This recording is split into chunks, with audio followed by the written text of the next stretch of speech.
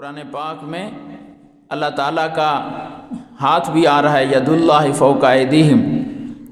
اصحاب رضوان، بیعت رضوان والوں کے بارے میں فرمایا کہ جب تم حضور صلی اللہ علیہ وسلم کے ہاتھ پر بیعت کر رہے تھے،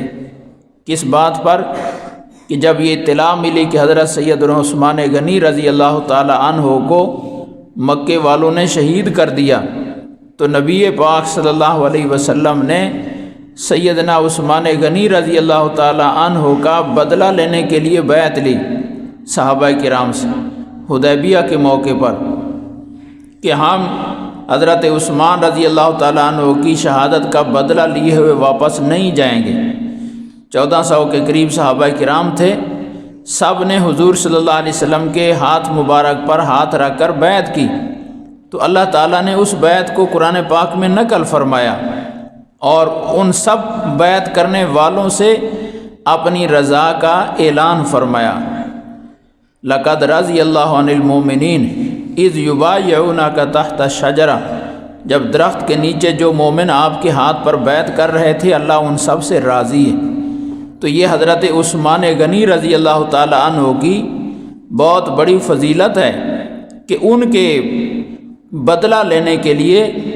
جن حضرات نے حضور صلی اللہ علیہ وسلم کے ہاتھ پر بیعت کر لی، تو ان کی وجہ سے اللہ ان سب سے راضی ہو گیا ہے۔ یہ حضرت عثمان غنی رضی اللہ تعالیٰ عنہ سے محبت کرنے والوں کا انجام ہے کہ اللہ ان سے راضی ہے، اور ان کی رضا کا قرآن پاک میں اللہ نے اعلان فرمایا ہے کہ عثمان میرا محبوب کا محبوب ہے اور میں ان سے راضی ہوں، تو جو ان کے خون کا قصاص اور بدلہ لینے کے لیے آپ کے ہاتھ پر بیعت کر رہے ہیں، ان سب سے بھی راضی ہوں۔ تو ایک اللہ کا محبوب بندہ وہ اللہ کو اتنا محبوب ہو جاتا ہے کہ اس کے ساتھ محبت کرنے والے بھی جنتی بن جاتے۔ تو حضرت عثمان غنی رضی اللہ تعالی عنہ سے تو اللہ راضی تھے ہی، ان سے محبت کرنے والوں سے بھی اللہ نے اپنی رضا کا اعلان فرما دیا۔ تو اللہ نے فرمایا کہ جب تم میرے محبوب صلی اللہ علیہ وسلم کے ہاتھوں پر ہاتھ رکھے ہوئے تھے، تو تمہارے ہاتھوں کے اوپر میرا ہاتھ۔ تو قرآن پاک میں اللہ کا ہاتھ ہے، اور یوم یکشف عن ساق، اللہ قیامت والے دن اپنی پنڈلی کھولے گا میدان محشر میں اور دعوت دے گا کہ جن لوگوں نے دنیا میں مجھے بن دیکھے سجدے کیے تھے نمازوں میں، آج وہ میرے سامنے کھڑے ہو کر میرا دیدار کرتے ہوئے مجھے سجدہ کریں۔ ان کو سجدے کی دعوت دی جائے گی تو وہ سجدہ کریں گے۔ تو اللہ کی پنڈلی ہے، اللہ کا ہاتھ ہے، لیکن اہل سنت والجماعت کا، علماء اہل سنت والجماعت کا متفق علیہ عقیدہ اور نظریہ یہ ہے کہ دوسری جگہ اللہ نے قرآن پاک میں اپنے متعلق ارشاد فرمایا، لیس کمثلہ شیء، اللہ کی مثل کوئی چیز نہیں۔ اللہ کے جس کو ہم مثال دیں کہ اللہ ایسا ہے، اللہ کی مثال کوئی نہیں۔ تو اس لیے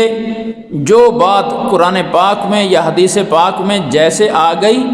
ہم ویسے ہی اس پر ایمان لاتے ہیں۔ ایک طرف یہ آ گیا کہ اللہ کی مثل کوئی چیز نہیں ہے، اس کا مطلب یہ ہے کہ اللہ کا ہاتھ ہمارے ہاتھ جیسا نہیں ہے، اللہ کی پنڈلی ہماری جیسی پنڈلی نہیں ہے، کیونکہ اللہ کی مثل کوئی چیز نہیں۔ لیکن ساتھ ہی یہ آ رہا ہے کہ اللہ کا ہاتھ ہے، اللہ کی پنڈلی ہے، تو ہم اس پر ایمان لاتے ہیں کہ اللہ کا ہاتھ ہے۔ کیسا ہے؟